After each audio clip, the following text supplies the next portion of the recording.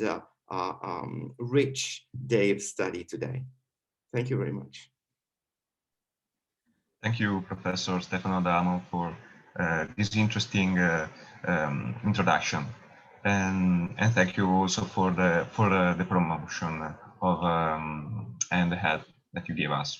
I now give the floor to my colleague Irene Manprin for the introduction of the first panel.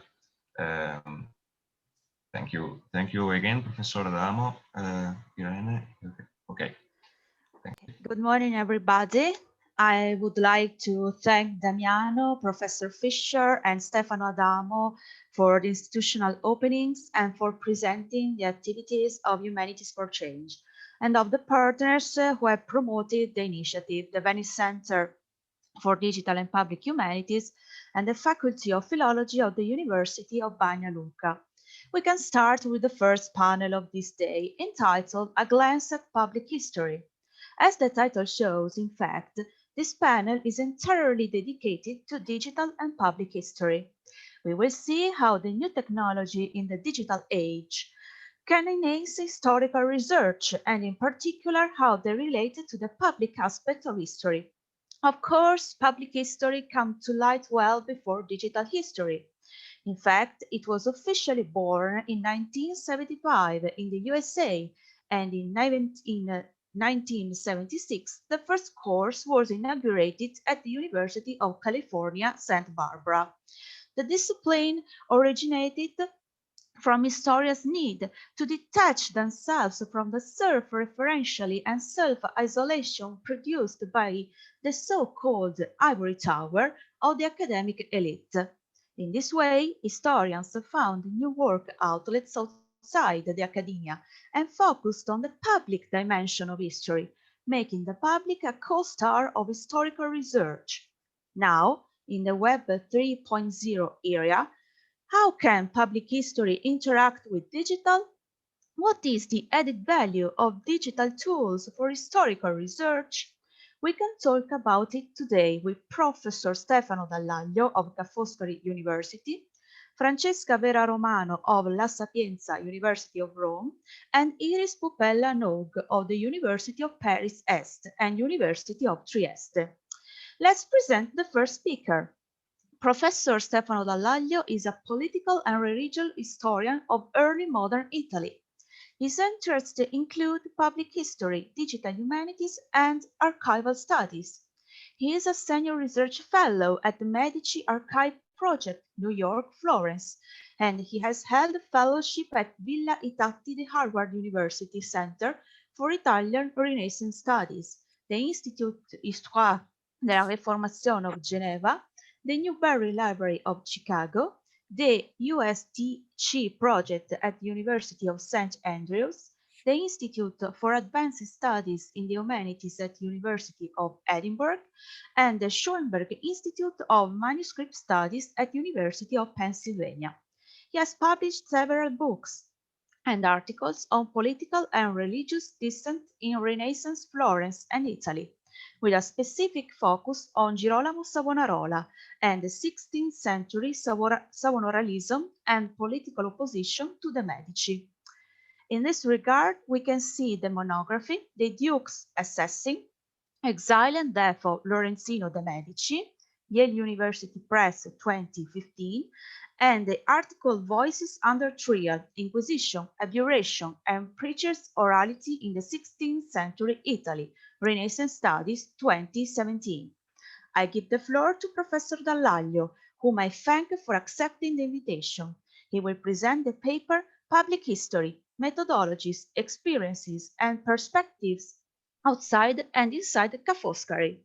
As Damiano Perizzaro has already said, I remind the speakers to stick to the 20 minutes assigned and the audience that it will be possible to ask questions at the end of each panel in the 30-minute scheduled discussion.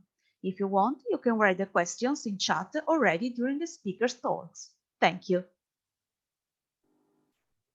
Thank you very much for the presentation and for your invitation. I'll try to share my screen now.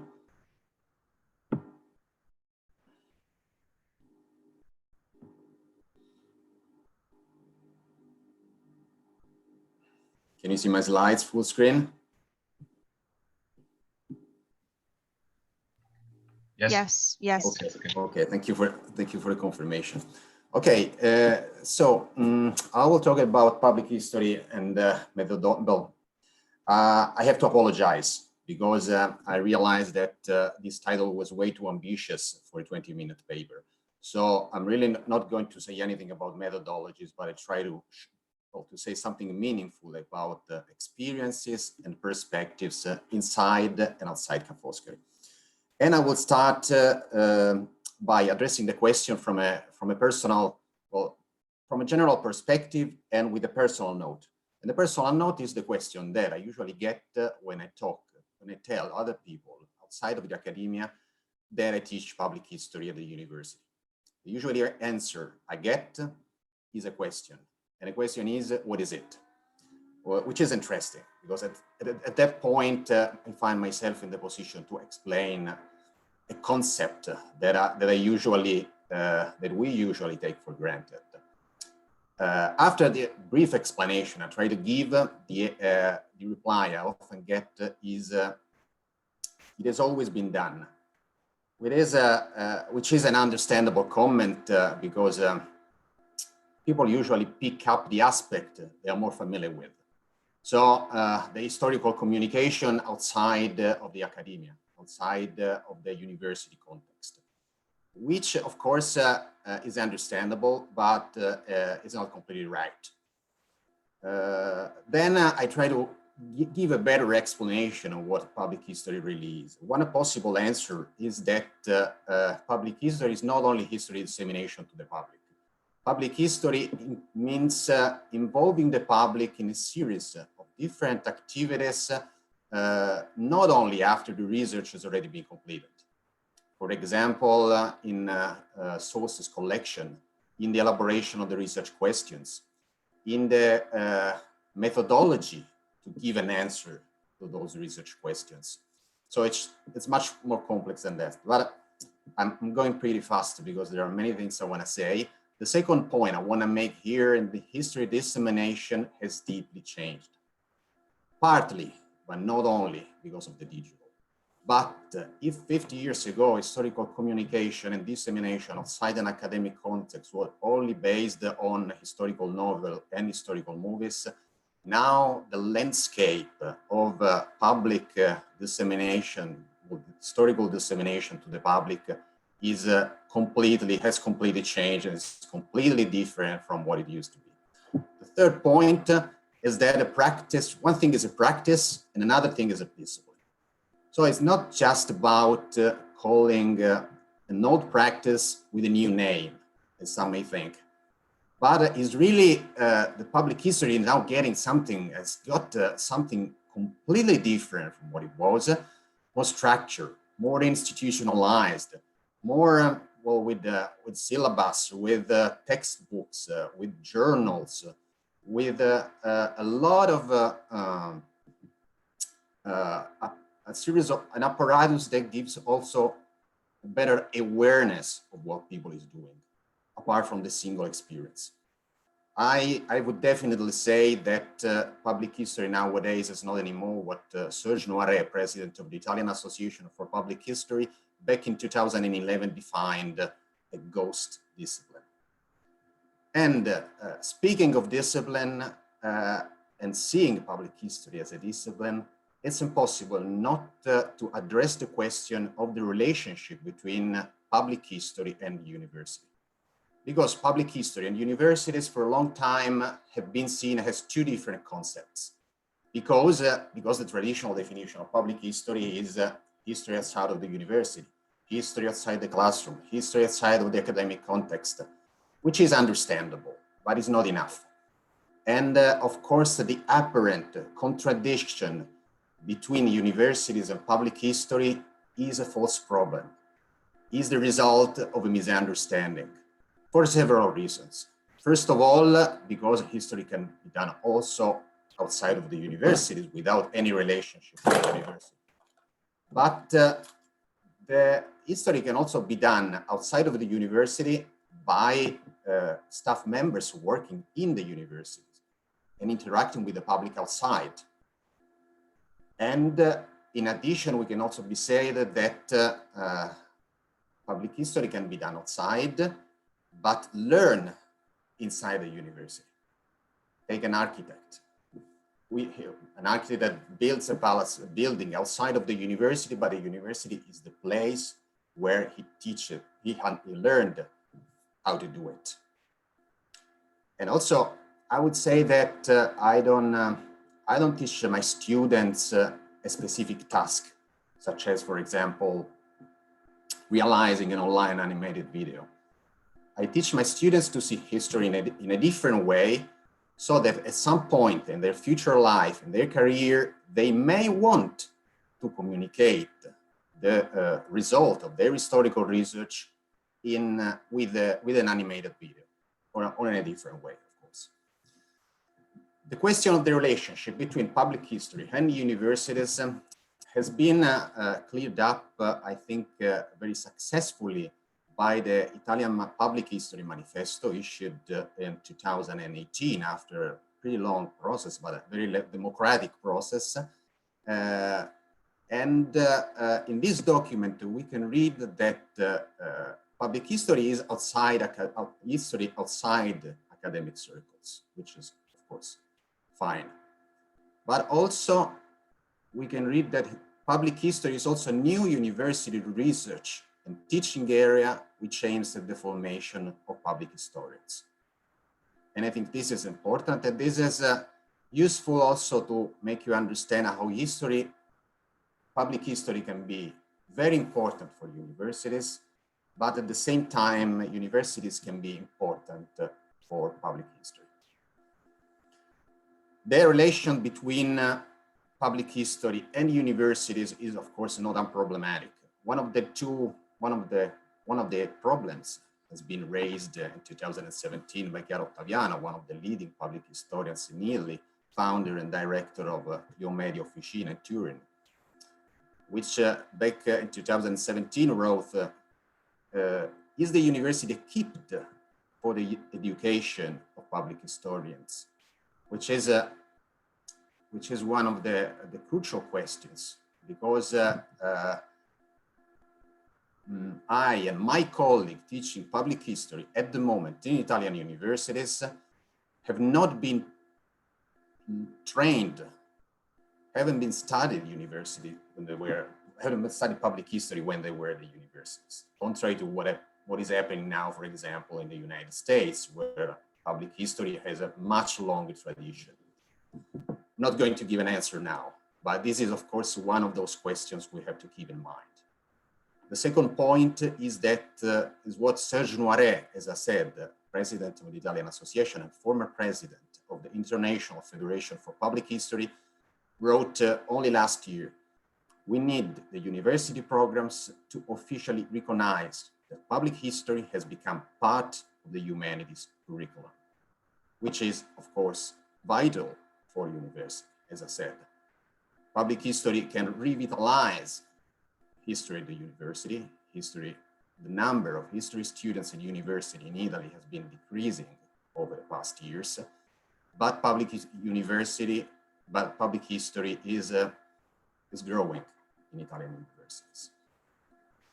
Of course, we need to gain a better understanding of what universities can do for public history. I think there are several points, several things that can be done, and several points that have to be made in this respect.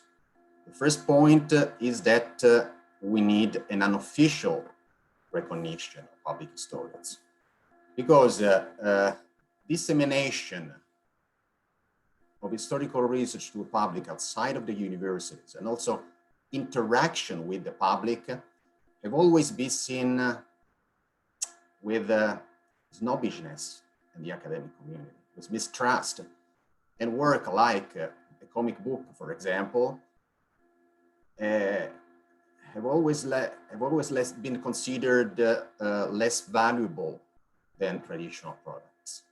And this is one of the questions. The second question I want to make here is that we need an official recognition of the discipline. Because as you all know, Italian university is structured around areas, settori disciplinari. And all the main processes within the Italian university are based on the belonging on one of those settori disciplinari. So much so that I think Italy is probably the only country in Europe, if not on the planet, where it's impossible to advertise a position in public history, because you have to advertise a position in one of the existing areas.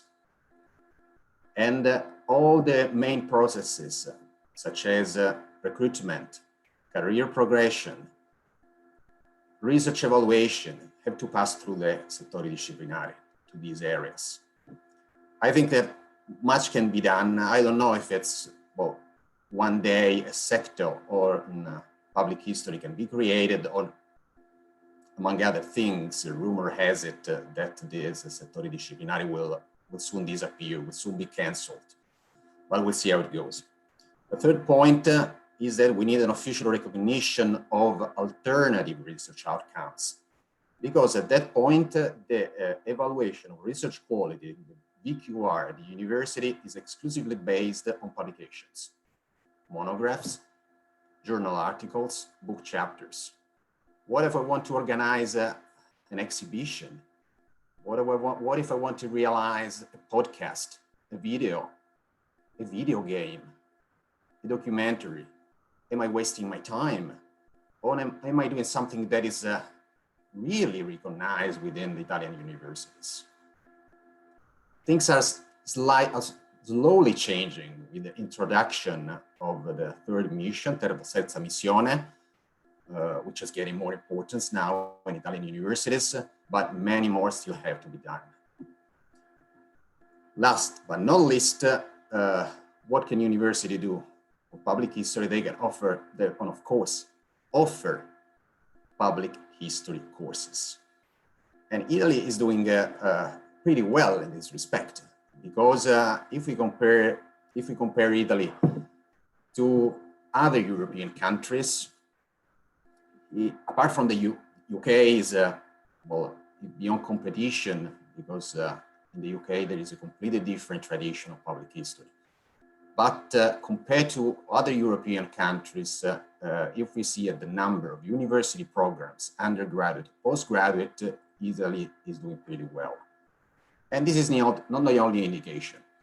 Italy is doing pretty well in public history, not only at the university level. If we look at the graph of the panel submitted to the 2020 International Federation of Public History Conference, we see that Italian was the country with the highest number of panels, apart from Germany, organizing country, and the United States, who, as I said, has a completely different tradition of public history, because public history there was born 30 years before than any other country. Not to mention that public history in Italy is going well. Also, it is also demonstrated by the fact that Italy was the first country in Europe to have a national association. And also from this map, realized by the International Federation for Public History, you can get a sense of how Italy is doing pretty well, almost as good as the UK, and much better than any similar countries such as Spain or France. So this is the situation in Italy, which is pretty good at the moment. And I believe this is also the consequence of a tradition, of a series of traditions that converged in Italian public history, but were already existing in Italy before the advent of public history. Oral history, family history, community history, but also all the tradition connected to the history, the relationship between history and cultural heritage, and historical tourism, but also historical novels, historical theater, reenactments. This gives you an idea, of course, of a galaxy composed by many different entities, more or less like the idea of public history as an archipelago, as the definition of Marcello Ravveduto, or the other definition of public history as an umbrella term, including many different things. So the situation is getting better and it's changing rapidly, because we only had one course back in 2018, and now we have 9 in 2020.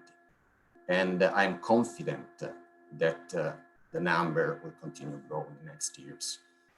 And this is a more specific look to the Italian situations, with some universities who are playing a major role with the courses or master's programs at such as what you can see, Cagliari, Salerno, Università della Campania. There is a PhD in Florence, also courses in Pisa, in Macerata, and masters in Milan and the University of Modena Reggio Emilia. In this context, you can see that Ca Foscari and Venice has a different colors, because not only history is offering teaching of public history, but also it has a permanent center, as my director, Franz Fischer, has already mentioned, permanent centers organizing throughout the year many different range of activities related to public history. First of all, there is the teaching. Ca Foscari is the only university in Italy offering 2 different courses in 2 different master's program degrees, digital public humanities and history, and also courses in 2 different languages, because I teach public history both in English and Italian. And also, it's the only university in Italy who advertised a position specifically looking for someone to work on, to teach and to work on public history and digital history. But there is not just teaching. Public history is being done as many different forms in the Venice Center for Digital and Public Humanities, the VDPH, where many different types of activities are organized. Professor Fischer has already mentioned the journal. First issue was just going to be published, I think, before the end of the month, with, of course, articles on public history. Then the new master's degree just opened in summer 2020 with the public history teaching. The summer camp, unfortunately, first edition was understandably only virtual, but let's see if it's possible to hold the next one in Venice, including an entire strand on digital and public history, and our series of seminars in digital and public humanities with a series of speakers on public history. We had leading scholars in the field, such as Tania Evans, Friedrich Claver, Saria May, Mirko Carrattieri. And another thing we are doing is that we are co-organizing the next Italian Association for Public History annual meeting, due to be held, if everything goes well, due to be held in Venice, Venice and Mestre in May and June 2021. The last thing I want to mention is research of public history, which is being done by our team members and our research fellows. Leonardo Campos has just completed a wonderful web doc on the representation of racial laws in Italian television, who is going to be presented by VDPH in January. Elisa Corro has taken part in this digital storytelling on the origin of Venice with a team of scholars, including also a famous Italian cartoonist. Deborah Pasci, our team members, is working on this project on tweets and the memory of COVID-19. Not to mention our department members who are working on other projects of public history with projects supported by the VDPH, such as Alessandro Casellato, the president of the Association for the Italian Association for Oral History on these archive and oral sources, and Francesca Rohr with a series of public lecture on the interaction between public history and ancient Rome. The next one is tomorrow on fiction and history. So this is just to give you an idea what we are doing, but also wanted to place our own specific experience in the wider context. And the wider context is made by the fact that public history is growing worldwide. Italy is one of the leading countries in European public history. And I believe Ca Foscari is one of the most active institutions at the moment in the field of public history. And that's all. Thank you very much.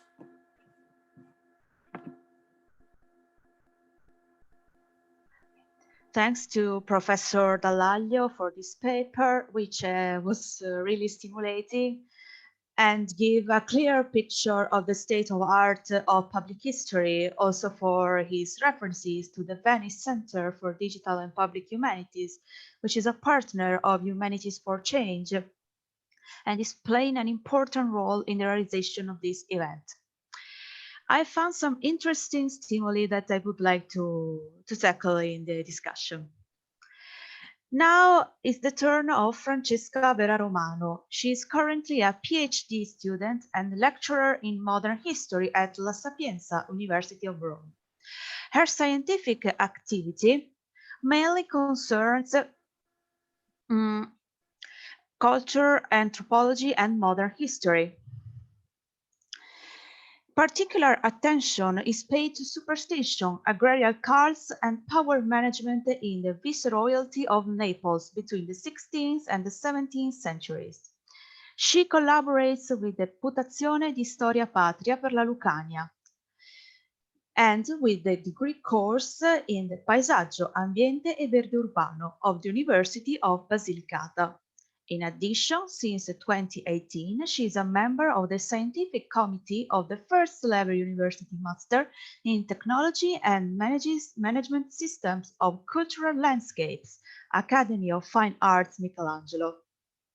She has realized lectures and posters for national and international conferences, such as Invito alla Storia for the third national conference of the Associazione Italiana di Public History, held at the University of Campania Luigi Vanvitelli, and the International Conference Decoded Balkan in 2019 at the University of Belgrade. She has participated in a series of seminars at the University of Basilicata entitled Il paesaggio agricolo tra tradizione e innovazione, and has published numerous scientific articles and in a collective volumes. Francesca, thank you for being here with us. Your paper in Italian is entitled Nuove tecnologie per la valorizzazione della storia cultura, il caso di Matera. I leave you